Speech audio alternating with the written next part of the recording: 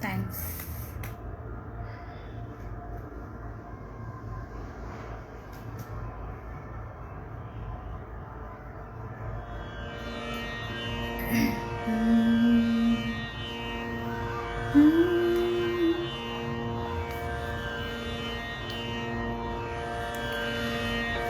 Nandanandana Shavaro Nandanandana Shavaro Khilata Bijame Hori Banu hai bahavanshi धरवर को राधा दुलही न जोरी नंदनंदना शावरो नंदनंदना तारी दय दय गारी सब गाए तारी दय दय गारी सब गाए चर्चा चार हो रे मगन शाम बिना देव गुआ जहाँ ब्रिज भानु किशोरी नंदनंदना शावरो नंदनंदना शावरो.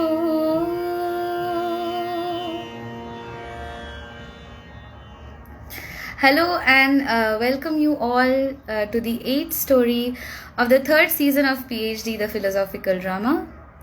It's great to be with all of you after such a long time. I'm feeling amazing and I hope all of you are doing well. Firstly, thanks to Amogh and Shweta for initiating this season with such fresh out-of-the-box ideas, and thank you so much for giving me an opportunity to host this music special episode.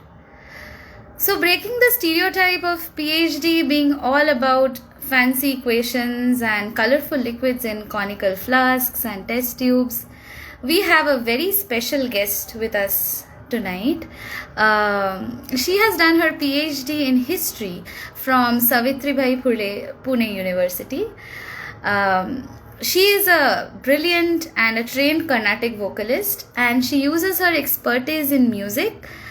She uses it as a framework for her research in India's socio-cultural history. So, carrying on with this flavor, so the Vandish with which I opened this episode today is about Krishna or Nanda, and you see such Vandishes a lot in Hindustani and Carnatic music, and these were actually written or composed based on several mythological chronicles that actually adorn the socio-cultural history of our country, India. And you see a reflection of these stories or these thoughts in several art forms like sculpture, architecture, dance form, music. And what better to study for a PhD than to look deeper into how these art forms evolved through the evolution of our society in our country. So, studying this subject further is what Sushruti has done in her PhD, and today we have her with us. She is the founder of Dakshina Dwarka Foundation, which is based in Pune, and she is currently pursuing her research there, and she also is doing a lot to educate the people, educate the mass about her thoughts and about her ideologies. So, without wasting much of your time, let's have none other than Dr. Sushruti Santhanam in our Instagram.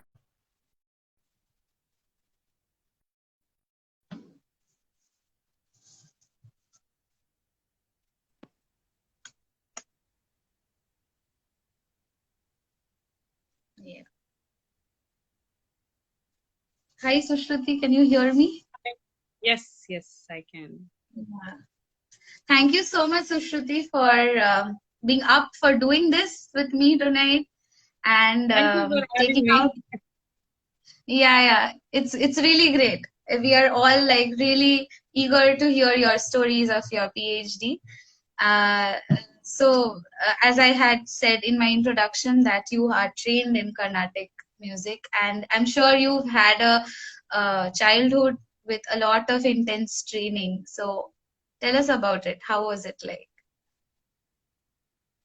Um, so I was born into a family where the environment was only music. My mother is a very senior musician and a guru. So I suppose the first thing I heard was singing.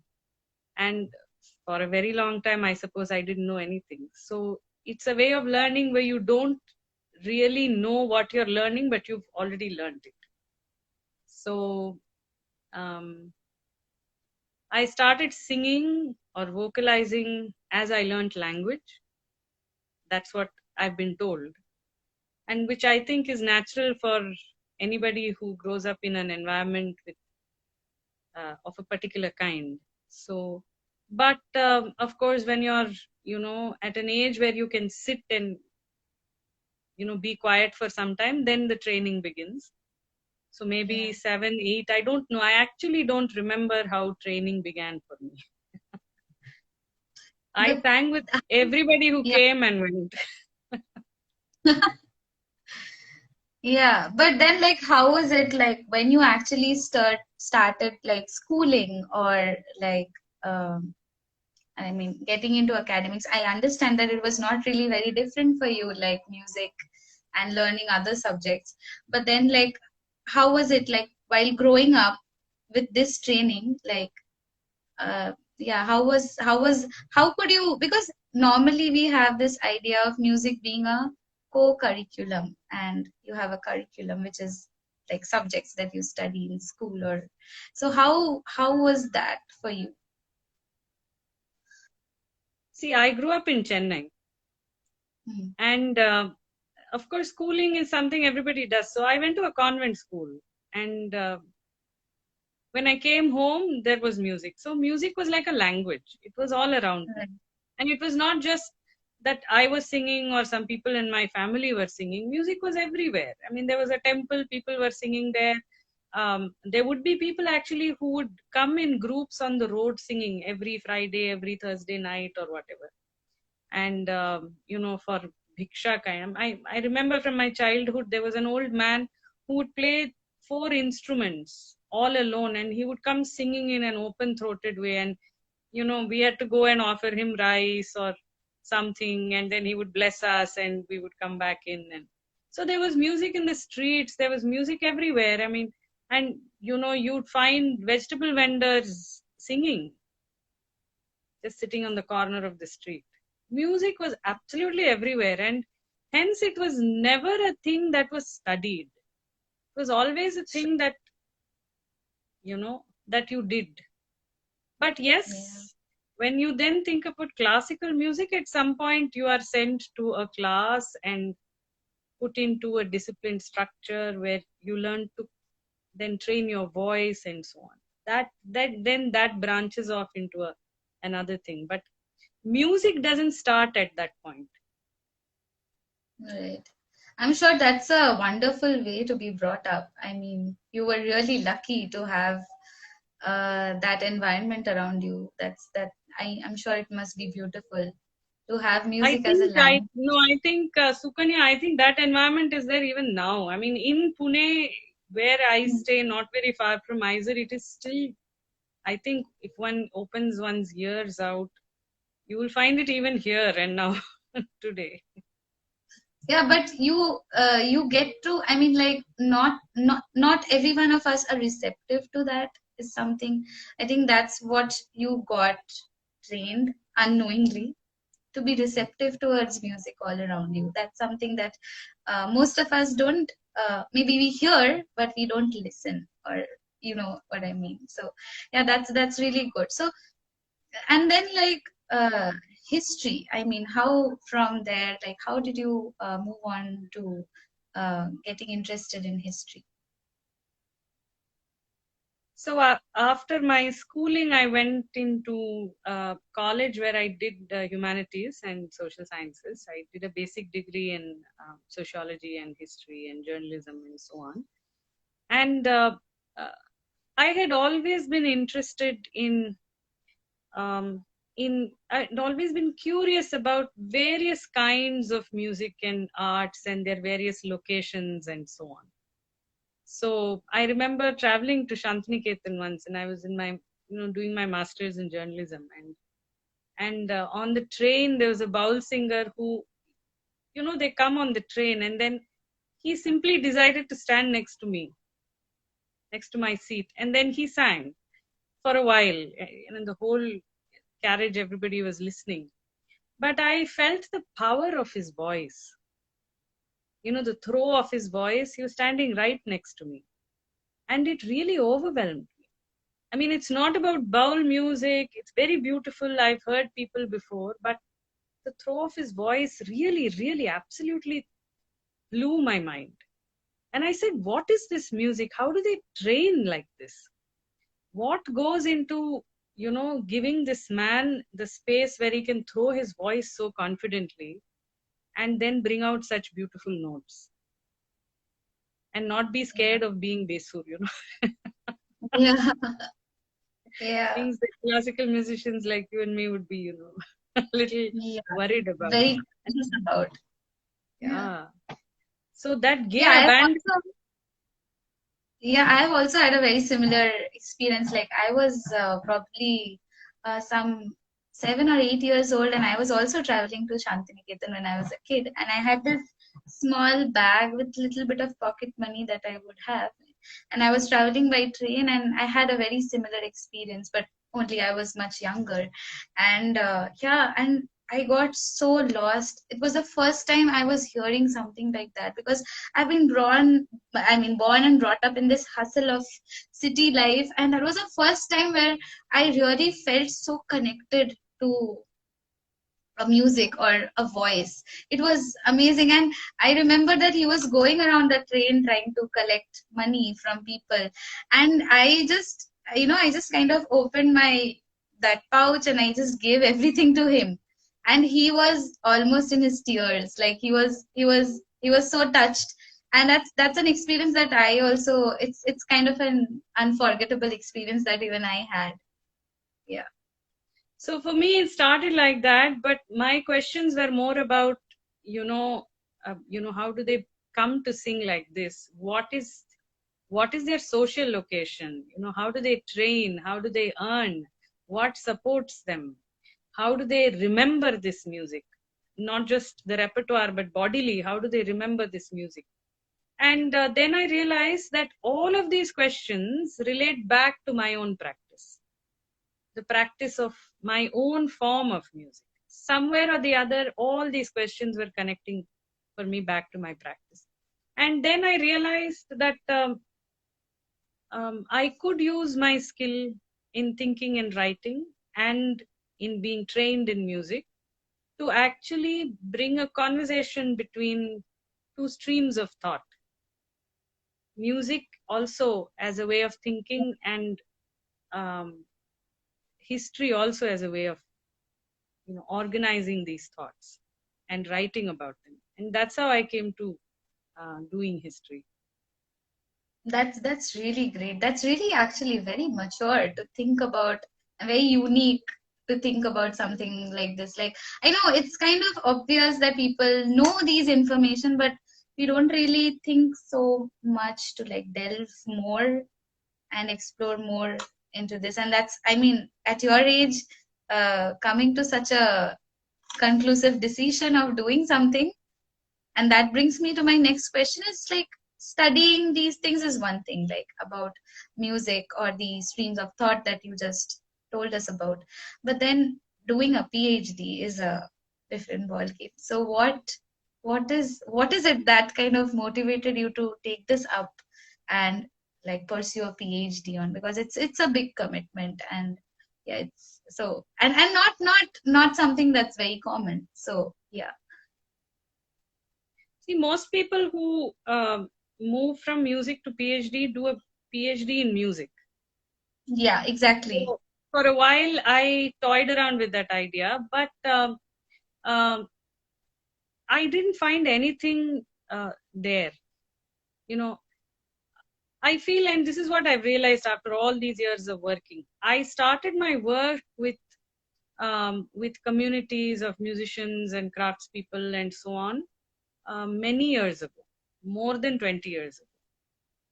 But I did my PhD very recently Yeah. because I did not do the work thinking I'd do a PhD.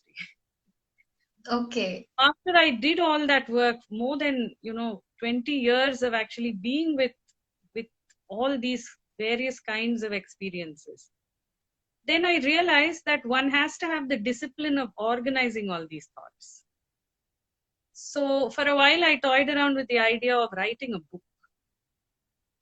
But what then, I spoke to many people, and then they said, maybe a PhD will be a framework where you learn how to write.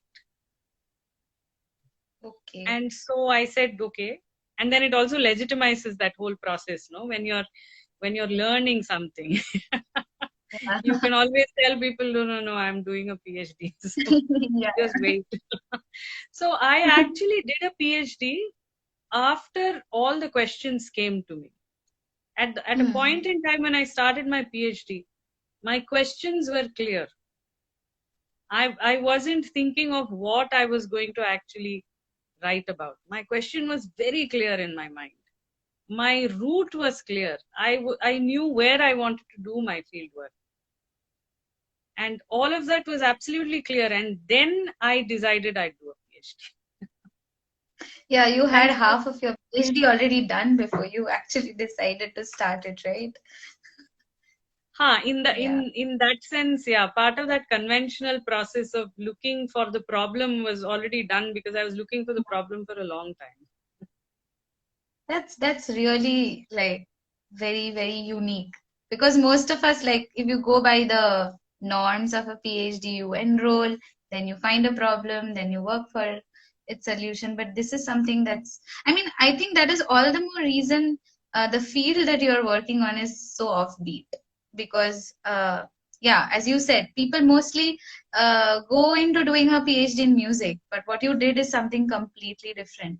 So tell us more about it because I'm not sure a lot of our audience and also me quite understand uh, what is it that you actually pursued. See, I have great respect for many PhD theses that have come out of research in music. But I have to state that there is a problem there. You see, the idea of doing a PhD in music actually presupposes that there is a part of music that can be written down and can be written about. Okay. In practice, what happens is a lot of the theses that are written actually become very textual. They're either looking at manuscripts, they're looking at things that can be notated, they're looking either at biography, they're Yeah. talking about lineages or gharanas or banis and so on, or they look at the music of any particular musician. So there'll be a lot of anecdotal and written and documentary material that goes into that, archival material that goes into that. But how do you write about music? Where is the language? How do you Yeah. come upon a language that comes closest to the experience and the concepts of a musician and the musician's audience? Yeah. The language and the framework which will come closest to that is not yet there. Yes. And hence, this is a struggle I didn't want to get into. Right. The other thing that happens is that, see, in science, you already have a framework of theory and practice established. Hmm. There is already an epistemological framework within which you work. Right. For performing arts, it doesn't work like that. We Yeah, perform the definitely. theory, and the theory, or what you call theory, is deeply embedded in the voice, in the hand movements, in the facial gestures, if you want to talk about dance, in the crafting of a phrase using your voice or on an instrument. The theory is deeply embedded in that. It's Right. embodied in the practitioner. Right. So then you'll have to actually literally pull it out of the practitioner and write about it if you're writing theory. So the separation of theory and practice in performing arts is, I will stick my neck out and say, artificial. It's very contrived. But we still do PhDs because there is politics. A PhD validates your work.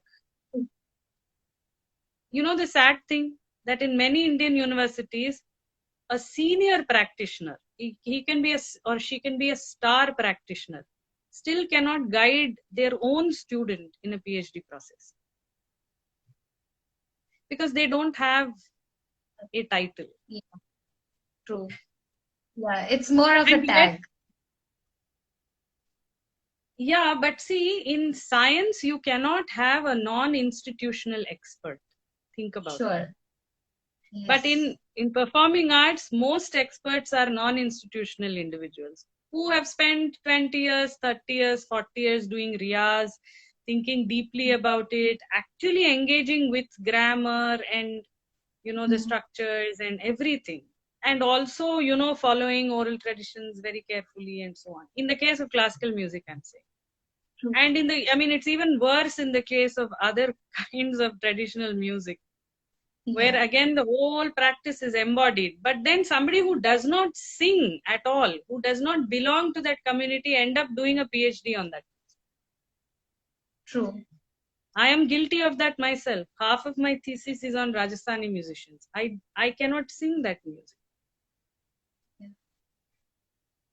This is the politics of PhD in performing arts. Yeah, so when you actually, a lot of your research is you use music as a tool or as a framework for your research. So did you also face such struggles in writing up? Because as you said, a lot of it is embodied, and you can't really, there's not a language that can actually express all that you want to say. So did you face such struggles, and how did you overcome, how did you work around that? So that struggle itself is the subject of my PhD. I work on the concept of tradition, which is a much used and abused concept in Indian art, all kinds of Indian arts and crafts. So I wanted to sort of pull that concept apart and see what tradition does for practice. True. What tradition is okay, it's anybody's interpretation. But when you speak to a practitioner, what does tradition do for them? How does it enable this embodiment of the craft? This was what I was looking at. And so the struggle was where to find the words. Yeah. But exactly. The answer was not as difficult as the question. I just decided that I will use the words that practitioners use, and I will put it into the thesis, and I will not translate them, but I will sort of give long-winded explanations of how the conversations went. Right. That's in that really sense, the writing itself was experimental. Okay.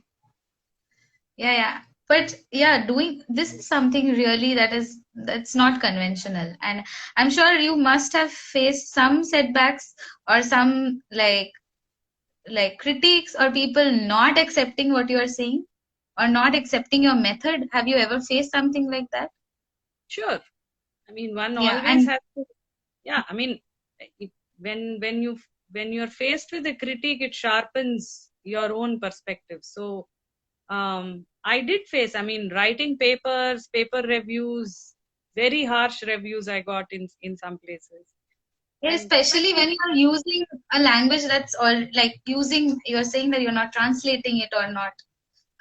You are faced with questions of originality or about, did you ever face things like that, or how did you handle those critiques? So one learns from criticism, but one has to absolutely, I realized that one's own process if you're sure of the question, then you have to stick to a certain process. You can't suddenly get distracted and say, oh, this framework is not working, let me shift. Yeah.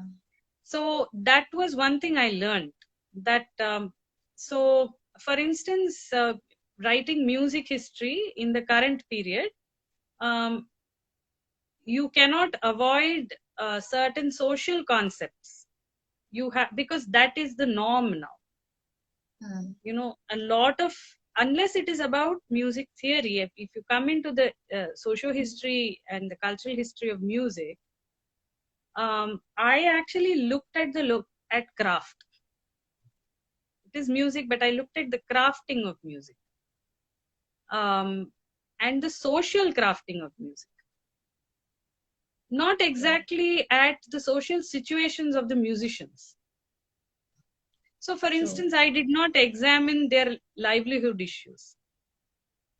I did not, for instance, look at the history of their instruments. I did not problematize their performance spaces now. I simply focusedly looked at how they view their craft, how they've received their craft, and how they take it forward. True. And what framework do they use? What language do they use? What concepts do they use in doing all of these things with their craft?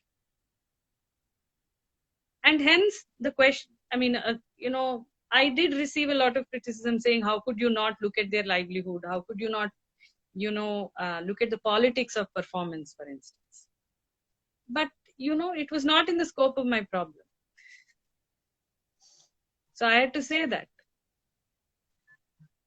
But it's very difficult to actually stay clear in your head to because these are not very well set out boundaries. Maybe for you it is now, but I'm sure you have learned it with time. Like when you start off looking at these problems, you tend to like get distracted or like kind of lured into things like this. But I'm sure it must be really difficult to like keep your head straight and focused and defend it that this is my problem. And yeah, so No, it's a question of stretching yourself too thin. PhD is a process where many exciting things happen. And I suppose if I were if I had done the same thing when I was younger, maybe that problem would have been a bigger issue. I mean, it would have been there, but maybe because I decided to do a PhD much later, after having stayed with the problem for a long time, that sense came into me. Because you also have a sense of time running out. yeah, When you're true. younger, you think, oh, you have the rest of your life. When you're slightly older, you say, oh, okay. Yeah, it's all about learning, and I'm sure you had this time to like actually get to know yourself and what you wanted to do actually, or like what will be something that is feasible to do more enough to like decide. So think I mean getting more into learning, like I'm sure you must have had like really interesting experiences because a lot of this involves a lot of direct interaction with these musicians, an example that you already talked about. So like can you just share some experiences that you had that kind of I mean changed a lot of changed some of your perspectives or something that really stands out to you when you look back at what you have studied. Oh, absolutely. So half of my thesis was very, very personal and intimate, and half of it was very, very remote to my own experience in music. So one half of my fieldwork, or the data that I used, is on historical music within Carnatic, within the genre of Carnatic music, which is how musicians archive and reinterpret music that is very old, say 200, 300 years old. And what are the various sort of forms in which that music arrives over these centuries. So it could be oral tradition, it could be in the form of just manuscripts, then it could be in the form of notation, and then maybe somebody has recorded that notation, some senior musician has interpreted it. There's so many different ways in which music is archived. So one half of it was the performance of memory, and the other half of it was memory and performance. So the other half, I went to a very traditional community of musicians who actually sing as a community profession. They are not musicians out of a whim of, they're not musicians who say, I'm singing because I like music.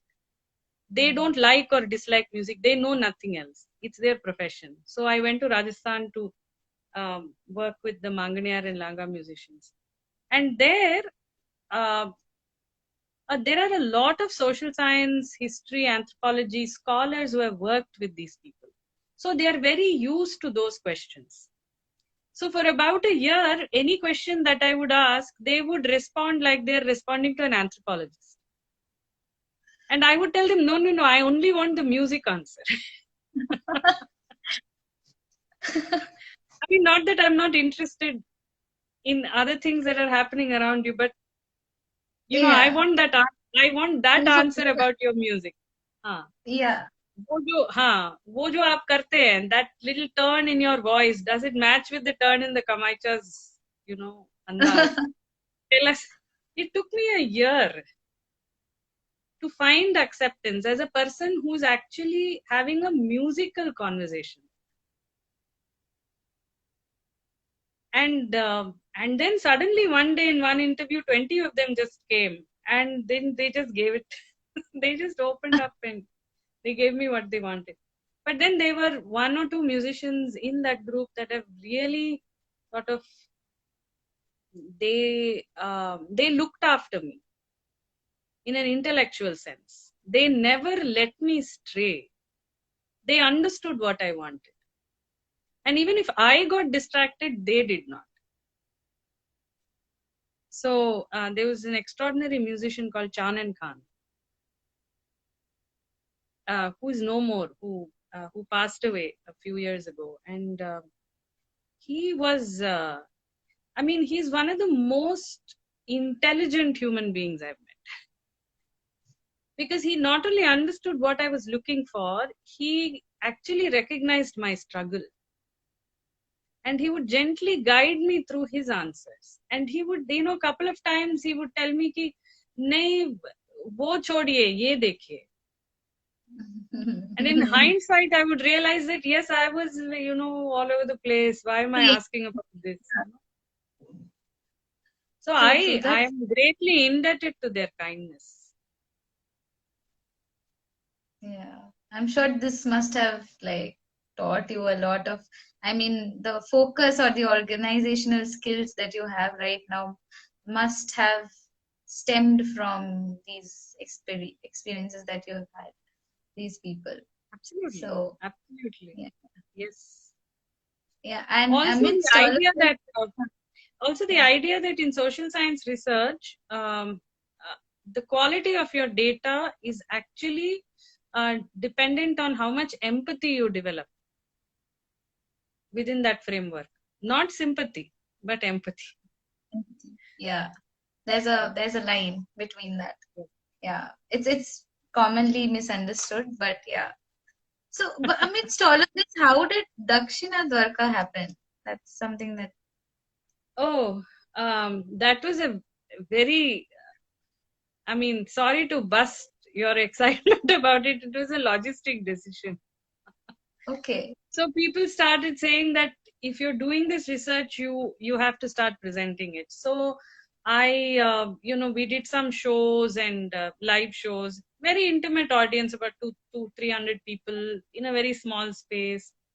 What I really wanted to present was the sort of common grounds between art and craft forms. What are sort of some of the common conceptual, what is the common conceptual framework within which, say, sculpture and music can talk to each other, within say some kinds of history and dance can talk together, and so on. So we started doing these little shows, and and of course, I mean, we needed funding and so on. So one of the sponsors came and said, "Look, you can't do it like this. You have to register yourself as something." And if that suggestion had not come, I wouldn't have registered anything. But then once that happened and we registered, we realized that we could do a lot more, and that we've done. So you had the foundation that was done, and then maybe when you actually, so when you started Dakshina Dwarka, how did it actually help your, did it help your research? Like how did you, you did your PhD after, way after, I mean, finished a PhD way after that. So how did having Dakshina Dwarka help in your research? See, when you put any sort of framework to your to what you're doing, it makes you much more disciplined. You become accountable. So Yes. when you have an organization, even when I was writing the the memorandum and the articles and so on, you have to state your purpose. I mean, of course, you can do it sort of just for the sake of doing it, but I realized, why not just put in a little thinking and do it a little bit more sincerely. So when we wrote it down, and another friend of mine who was one of the founding directors of it, when we wrote it down, we realized that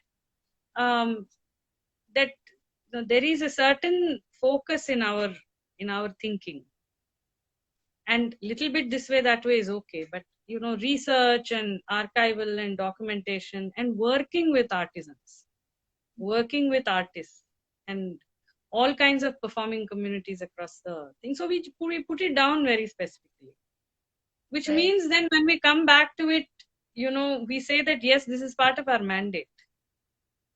We can expand in that area. Yeah. So that it sort of, that's what it does. And then having a foundation means then you're forced to keep churning out something, and that discipline also works. Otherwise, sometimes a PhD can become a very self-indulgent thing. True. You take your own time. Yeah. You do it for 7 years, whatever. However long they'll allow you, you can take time. But when you have something going on the side, you have to quickly finish. So I took 4 years and I just wound it up, because I had this other baby to look after. That's really good. Also, like when you talked about shows, so doing music, like performing music, doing music professionally, it's involved with a lot of these glamour, fame, lights, flashy stuff, right? So, and that's there for, and even for classical musicians these days. So how did you not stray into something like that, and you focused into like doing something like Dakshina Dwarka and more into the research? Because I'm sure that you must, people must have suggested things like this to you because you have been trained so well. So what motivated you to stick to academia per se, and not uh, too much into performing arts as much as you would have done otherwise, probably? See, the simple answer is, I do this because I can do it. And the more complicated answer is, even within my own music, I seek out a purpose. And it can't just be singing on a stage. It has to absolutely do something for me. In that sense, it's a very selfish thing. I suppose for many musicians, and I can say this, I think I can speak for many musicians, there is a very selfish motive in this. It has to do something to them, because once it affects you as a musician, then it affects the audience. True. So if somebody's music doesn't affect you, then there is a very high chance that it's not also affecting them, that there is something else going on there. So, but then of course, I mean, there are many kinds of musicians. I mean, there are many, like we spoke, there are many locations from which to sing. And absolutely ecstatic music comes from places which are not a stage and an auditorium. So once I realized that, then there was no turning back. Yeah, I think it's Then your research that kind of gave you this consciousness that, as you said, the best kind of music probably not always comes from a stage. no, it also came from actually seeing that music from childhood. Yeah. And being very conscious of it. I mean, when you see kirtans happening in places, or when you simply see these people singing on the road, I mean, they may be singing for their livelihood and it may not be a very happy situation for them. But simply music wise, it's beautiful. And and hence then the option of not actually only singing from a stage becomes real for you. Right. Yeah. That's really interesting. Like, you are making me think in ways that probably I had not thought about before. That's Okay. really. I don't want to be guilty of drawing you away from a stage performance. That's not No, what no, I I mean. am not. I am doing a PhD if I, in science. So I am not really actually bent that way, but it's really interesting. Like, it's really interesting the way you think. It's really fascinating. I have not really met someone with such See, there is unconventional an idea. advantage, Sukanya, there's an advantage in arts which scientists don't have. Science requires an institution for you to perform Yeah. science, for you to do science. We don't need anything. Tomorrow That, my research gets no funding, I can still sit in my house and sing. yeah. That's true. That's definitely true. So, I mean, you have had these experiences, and you've had this long period of time where you actually engaged into this without even knowing that you wanted to do a PhD. But there are people who might be interested uh, now that more people are being aware through the work that you are doing. So, what if somebody just comes to you and asks you that what is it that you need to know about yourself to do a PhD in something like this, in a field like this? What would you tell them? Like, what is your suggestion? What would they be sure of to actually take this up? They need to have a question in mind, something that disturbs them deep. I mean, when I mean disturb, not disturb, something Yeah, that does not leave them, something yeah, that intrigues them. Um, and it and you have to stay with the question for some time and see that it's your question and it's not coming from something you read. Or this is very easy actually, because so much is being said now, on social media also.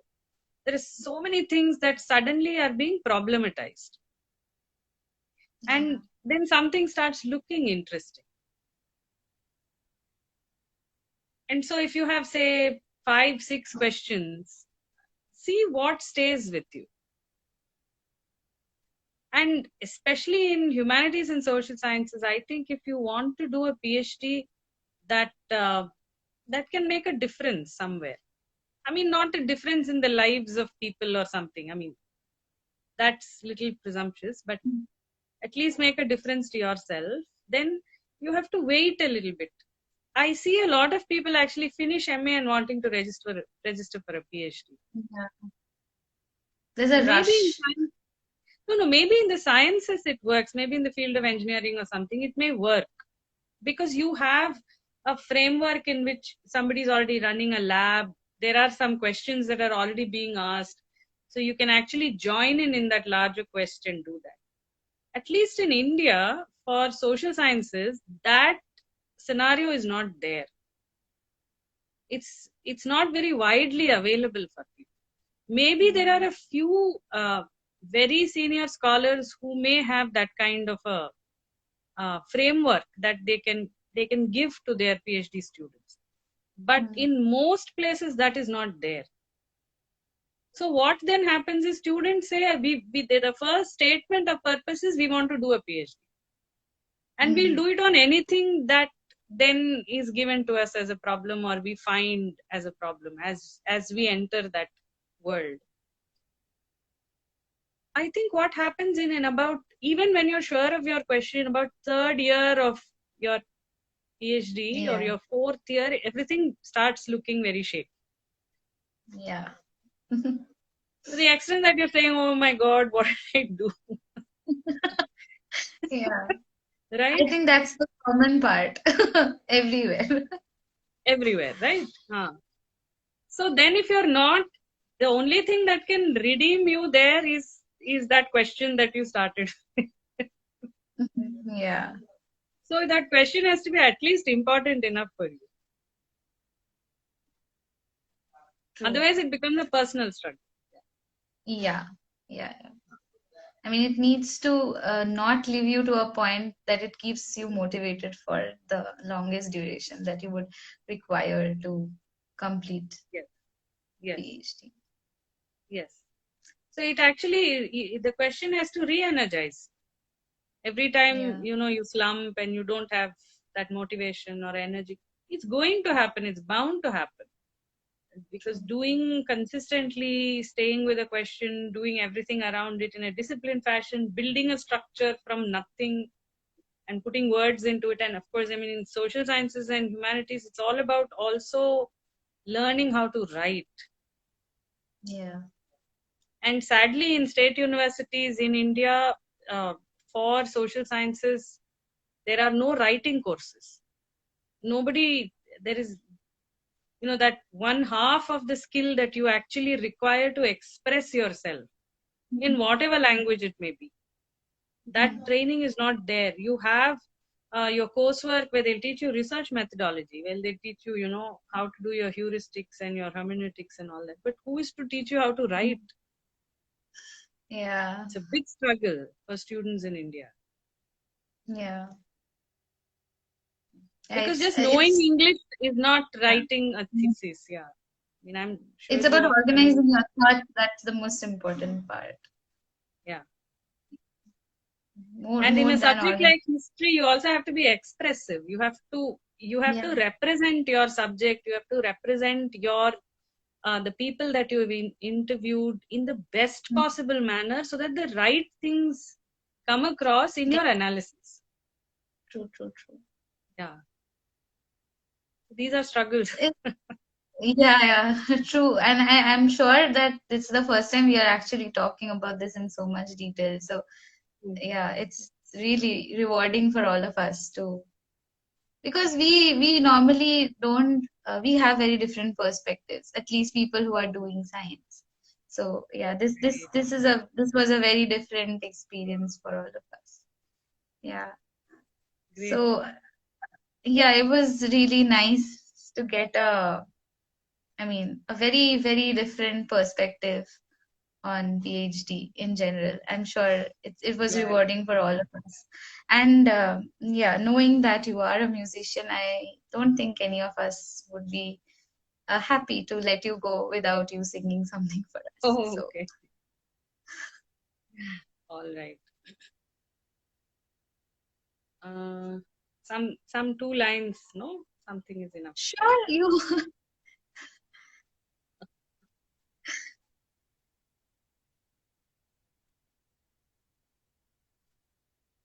I heard your Tanpura. Can you turn it on? Can you tell me? Yeah, because I'm on the phone and I can't turn on the Tanpura. 1 second. I need to search. Yeah.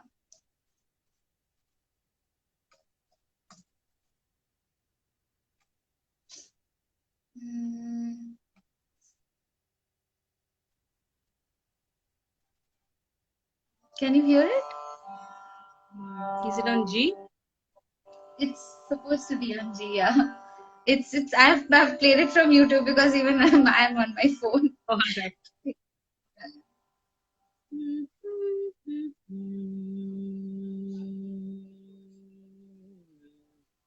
This is a verse from a 9th century Vaishnavite saint from the south.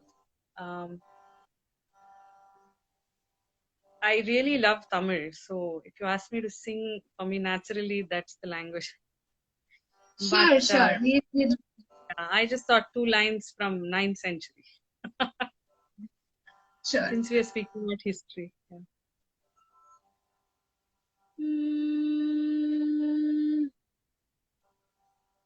Yeah. Na, na,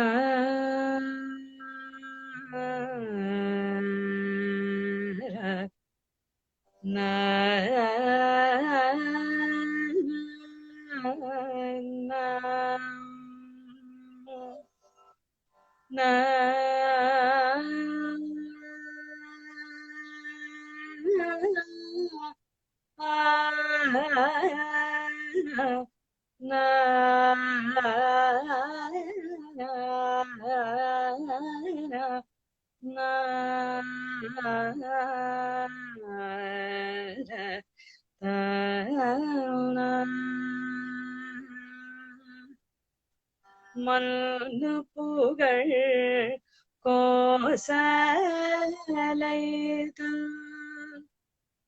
மணிவயிறு வாய்த்தவனே தென்னிலங்கை கொன்முடிகள் சிந்து வித்தாய் செம்பொன்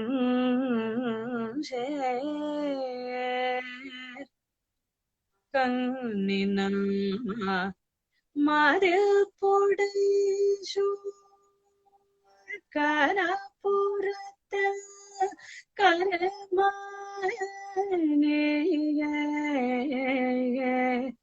என்னுடைய மூதே ராகவனே தாலேனோ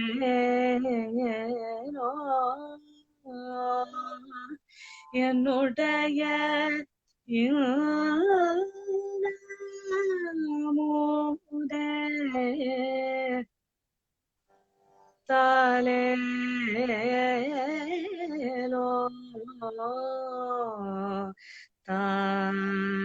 தாலேலோ தாலேலோ.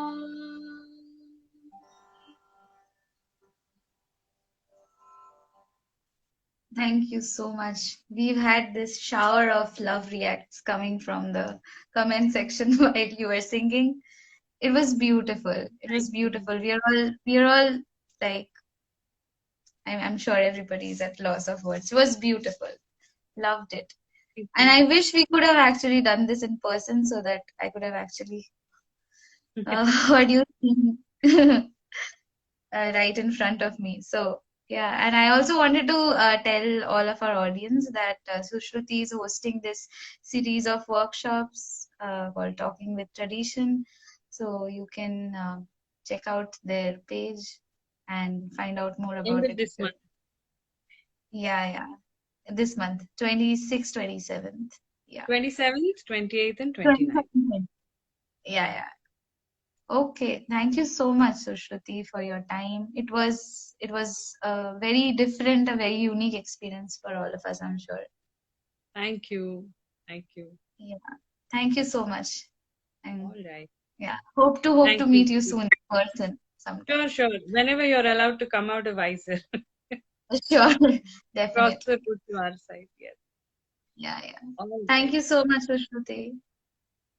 Bye. Good night. Yeah. Good night.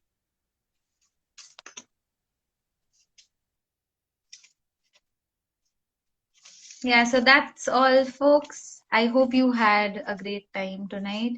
And thank you so much for joining and listening to our conversation.